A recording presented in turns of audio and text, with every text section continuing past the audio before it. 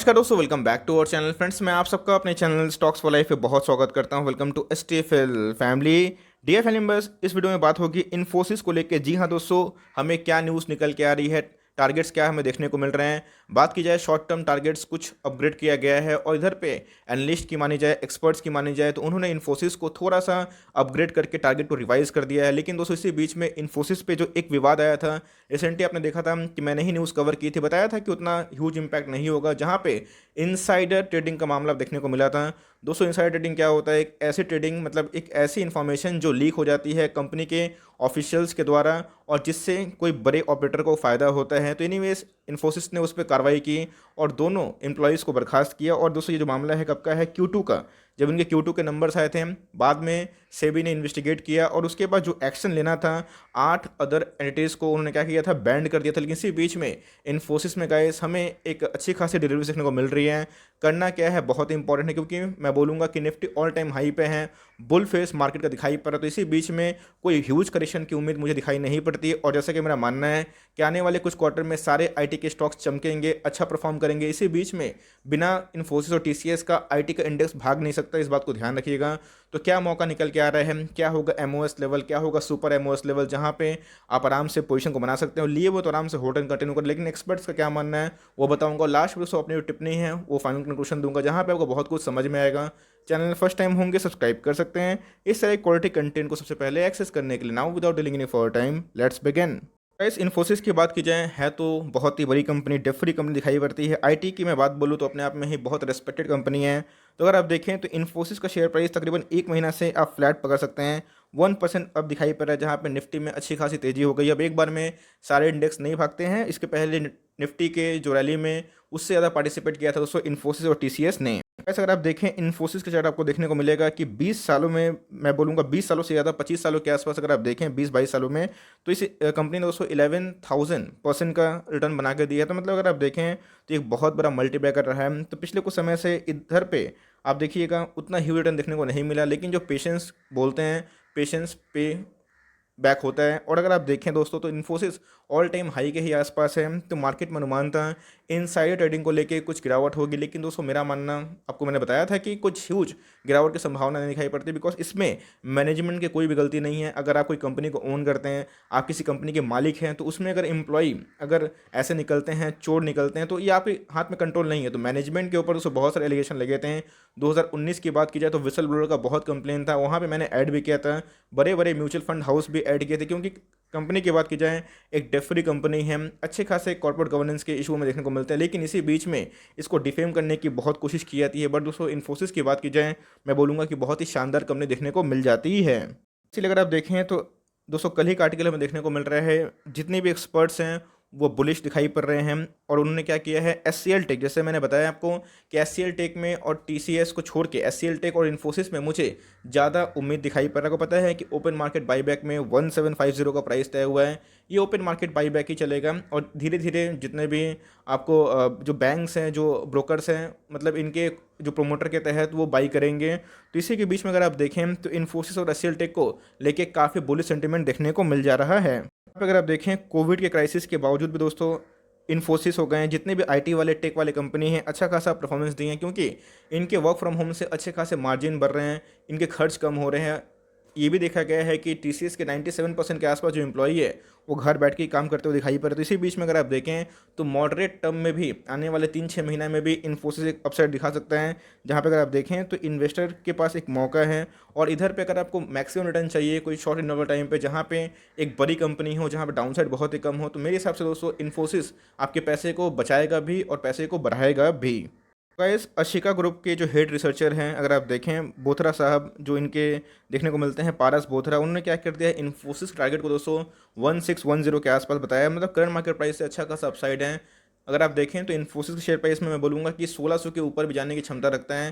तो इधर अगर आप देखें तो इन्फोसिस को लेकर सब बुलिश देखने को मिल रहे हैं। इसके पहले भी आईसीआईसीआई डायरेक्ट ने इन्फोसिस को 1600 का प्ले टारगेट दिया था दोस्तों, और मुझे लगता है ये टारगेट आपको आने वाले टाइम में ज़रूर हिट होते हुए देखने को मिल सकता है। दोस्तों, अगर आप डिलीवरीज देखें तो दोस्तों हमें ह्यूज देखने को मिल रही है। 41 लाख शेयर्स ट्रेड हुए हैं, 41,94,000 शेयर्स, जिसके अगेंस्ट में 25 लाख शेयर्स को डीमेट में ले जाया गया है। मतलब अगर आप देखें तो 61% के आसपास डिलीवरीज देखने को मिल रही है। तो जी हाँ दोस्तों, अगर आप देखें तो एक्सपेक्टेशन की बात की जाए मार्केट में जो अनुमान है कि चलिए निफ्टी में एक अच्छा खासा बुल मोमेंट है, हो सकता है कि अब निफ्टी जिस राह पे है 16,000 का जो लक्ष्य है वो दूर नहीं है, और 16,000 को पार करता है तो आपको निफ्टी दोस्तों 17,500 के आसपास देखने को मिल सकता है। ये टेक्निकल चार्ट में बहुत एनालिस्ट का दावा है। तो एनीवेज उस पर टिप्पणी बाद में दूंगा, लेकिन इसी बीच में मैंने बताया कि आने वाले कल में जिनके नंबर्स अच्छे आने की उम्मीद है उसमें एक तेज़ी आएगी, भले 1-2 क्वार्टर का समय लग जाए, तो भाई आईटी के नंबर्स अच्छे आएंगे और मैं बोलूँगा कि बहुत ही अच्छे ऑर्डर बुक्स बढ़ रहे हैं और आने वाले कल में आईटी दोस्तों आपको रिवॉर्ड। तो गाइस अगर आप देखें इन्फोसिस का चार्ट 2011 से लेकर 2020 मतलब 10 साल के डिकेड में इन्फोसिस ने भाई 3 बार बोनस दिया। अगर आप देखें 1:1, 1:1, 1:1, तो अगर आप देखें तो इन्फोसिस हर एक वो कोशिश करती है जहाँ पे आपके नंबर्स ऑफ शेयर्स बढ़ें। और दोस्तों जैसे बताया कि जो बोनस हो गया, स्प्लिट हो गया, उसका इम्पैक्ट थोड़ा सा लॉन्ग टर्म में देखने को मिलता है, जहाँ पे ये कंपाउंडिंग का बेनिफिट आपको मिलता है और लॉन्ग टर्म में बहुत ही अच्छा फ़ायदा होता है। तो अगर आप देखें तो इस डिकेड में दोस्तों मतलब 2011 से लेकर 2020 के आसपास 10 सालों में इसने 3 बार बोनस भी दिया है। और आपके शेयर्स अगर एक थे तो एक के दो, दो के चार, चार के आठ हमें देखने को मिल रहे हैं। तो अगर आप समझ सकते हैं ऐसे ही नंबर मल्टीप्लिकेशन होता है। और जैसा बताया कि अगर आपके पास नंबर्स ऑफ शेयर्स बढ़ते हैं तो उसके अगेंस्ट में जो डिविडेंड है दोस्तों वही बढ़ता है। इस बात को ध्यान रखिएगा। इसीलिए लॉन्ग टर्म में जो कैपिटल एप्रिसिएशन होता है उसमें डिविडेंड का रोल बहुत प्ले होता है और नंबर ऑफ जो शेयर्स होते हैं वही आपके सामने बहुत बढ़ते हुए दिखाई पड़ जाते हैं। एफ आई एस की बात की जाए, FY21 की बात की जाए तो उसमें अगर आप देखें मार्च 21 तक अगर आप देखें तो यहाँ पे दोस्तों आपको देखने को मिल रहा है 12.95% के आसपास हमें जो प्रोमोटर के स्टेक देखने को मिलते हैं। FIS के स्टेक बढ़ा है 32% के आसपास हमें देखने को मिल रहा है। 43% के आसपास हमें DIS का देखने को मिल रहा है और एज यूजुअल 10% के आसपास एक हेल्दी स्टेक मैं बोलूँगा रिटेल के पास है। अगर आप देखें इंश्योरेंस कंपनी का स्टेक दोस्तों 9.5% के आसपास है, मैं बोलूँगा काफ़ी हद तक स्टेबल है। कंपनी के पास ठीक ठाक रिजर्व सरप्लस अगर आप देखें तो कंपनी का रिजर्व सरप्लस 2020 से 2021 में काफ़ी बढ़ता हुआ दिखाई पड़ रहा है। 74,000 करोड़ के आसपास रिजर्व सरप्लस होना दोस्तों मामूली बात नहीं होती। कंपनी के ROE की बात की जाए, रिटर्न ऑन इक्विटी बहुत इंपॉर्टेंट होता है, मैं इसको बहुत प्राथमिकता देता हूँ। तो अगर आप देखें दोस्तों तो हमें 25 के आसपास देखने को मिलता है। 31 के ROCE है।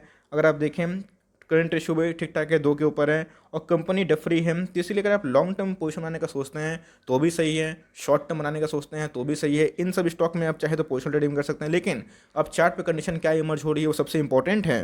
इस बुल मार्केट का जब शुरुआत होता है और जब उसका एंड होता है तो एंड में समझ में आता है कि ये बहुत तेज रैली मार दी है, बिकॉज उसके पहले इधर पे खरीदने का किसी को मौका नहीं मिलता है। दोस्तों मैं 1 डे के चार्ट में नहीं 1 वीक के चार्ट में समझाने की कोशिश कर रहा हूँ, आपको बेटर समझ में आएगा। अगर देखिए 1 वीक के चार्ट में एक कॉन्सोलेशन खाता हुआ देखने को मिल रहा है। ये हर एक दोस्तों जो कैंडल है एक एक वीक को रिप्रेजेंट करता है, मतलब इन्फोसिस में उतना हलचल देखने को नहीं मिल रहा। तो मेरे हिसाब से जो इनके मीडियन है ये बहुत ही मैं बोलूँगा कि आइडियल हो सकते हैं, जिसका भाव तकरीबन 1350 के आसपास है। लोअर बैंड की बात की जाए तो 1300 के आसपास हमें देखने को मिलता है। तो मेरे हिसाब से दोस्तों ये 2 लेवल बहुत ही आइडियल है इन्फोसिस में एंट्री करने के लिए। पता है कि जो शॉर्ट टर्म है वाले हैं उनको ही बेनिफिट मिल सकता है और जो लॉन्ग टर्म वाले हैं तो उनको तो बेनिफिट मिलेगा। मैंने आपको क्यों दिखाया कि भाई इतना बोनस देती है, बिकॉज होल्ड करना पड़ता है।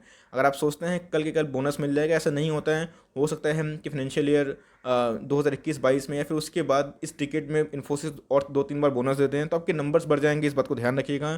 तो इन्फोसिस की बात की जाए दोस्तों तो मैं बोलूँगा कि 1300 से लेकर 1350 एक एकोमोडेशन जोन है। और जो बल्क सोचते हैं कि नहीं मुझे बल्क लगाना है तो 1250, जी हाँ दोस्तों 1250 पे कभी आए तो आप इस पर दबो सकते हैं। बस डाउनसाइड की बात की जाए तो काफ़ी कम दिखाई पड़ रहा है। जैसे बताया कि ऑर्डर बुक्स काफ़ी हेल्दी है। गाइस चूँकि ब्लू चिप कंपनी है थोड़ा स्लो भागती है। अगर आप देखें तो जितनी भी छोटी कंपनी है 61 का RSI देखने को मिल रहा है, जितनी भी छोटी कंपनी है उसमें बहुत तेज़ी देखने को मिल रही है। तो भाई छोटी कंपनी में रिस्क भी होता है, तो इन सब कंपनी में उतना रिस्क देखने को नहीं मिलता है और बहुत सारे ब्रोकर्स इसको लेकर बुलिश हैं। तो मेरे हिसाब से दोस्तों इन्फोसिस एक बहुत बाइंग है और आपको मिलता है 1300 से लेकर 1350 के आसपास, तो आप बाइंग करके चलें। CMP में खरीदे हुए तो कोई दिक्कत वाली बात नहीं है, होल्ड एंड कंटिन्यू करें, बिकॉज मुझे लगता है कि आने वाले Q1 और Q2 में आपको नंबर्स देखने को मिल जाएंगे। तो इन्फोसिस 1600 को तोड़ के एक नई जर्नी करने की कोशिश कर सकता है और कभी दोस्तों इसमें अगर बोनस अनाउंस हो गया तो ये स्टॉक आपको और भी अच्छा देखने को मिल सकता है। तो आप होल्ड करेंगे 1-2 साल तो मुझे लगता है कि एक बोनस का अनाउंसमेंट शायद इन रिवॉर्ड देखने को मिल जाए। सो फॉर टाइमिंग ये छोटी सी अपडेट थी कि मार्केट में बुलिश सेंटीमेंट देखने को मिल रहा है SL को टेक को लेके, इन्फोसिस को लेके। तो आपको क्या व्यू है दोस्तों, दोनों में से कौन सा स्टॉक में जाना चाहेंगे कमेंट बॉक्स में जरूर ड्रॉप करें। So I would love to know कि आपका क्या व्यू है। So for timing that's the end of the video. तो गाइस मिलते हैं जल्दी ही, तब तक के लिए bye. Thanks for watching friends, God bless you all.